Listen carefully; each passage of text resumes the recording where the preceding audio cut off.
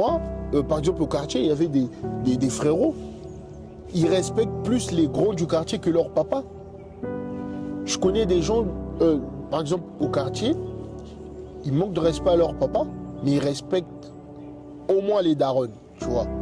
Mais nous, chez nous, au bled, c'est pas comme ça. Papa et maman, peu importe ce que ton père a fait, tu ne peux pas reprocher à ton père devant les gens. Peu importe. Ça reste Peu importe. Et même en privé, c'est-à-dire, par exemple, moi, j'ai ce cas-là avec mon père, et ma mère me dit toujours, peu importe, même s'il essaye de te tuer, Tu peux pas ne riposter. te place même pas un mot Tu fuis. qui va le blesser. Tu fuis, tu cours. Mais ici, en fait, c'est ça.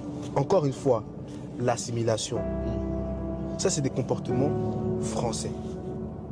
Quand tu regardes des émissions comme Super Nanny, tu vois les petits, ils font la misère à leurs parents. Moi, j'ai toujours dit, si Super Nanny là, c'est-à-dire s'il y a, moi je mets au défi, hein, s'il y a une seule famille africaine où Super Nanny elle peut aller donner des conseils à une maman là, Yeah. pas moi. Les enfants là, vont se faire foutre. Même dans la rue, même si tu es dans les transports, dès que tu vois un enfant africain pleurer, sa mère le menace. Hey, arrête de pleurer. Et tu penses que nous, on va avoir des... Non, ça c'est encore une fois l'assimilation. C'est-à-dire, sans se rendre compte, on prend leur réflexe. Tu vois? Mais ce qui est sûr, c'est que par exemple, en banlieue, on néglige beaucoup de choses.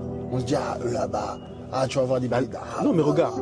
on va rejeter les gens. Regarde. Mais au final, ces gens-là, ils vont réussir plus que nous, toi-même. alors que nous, on est nés là. Regarde. Tu sais, quand tu es né en France, là, tu as un avantage, frérot. Bien sûr. Les gens qui viennent du bled, là, ils doivent déjà, l'administratif, avoir des titres de séjour.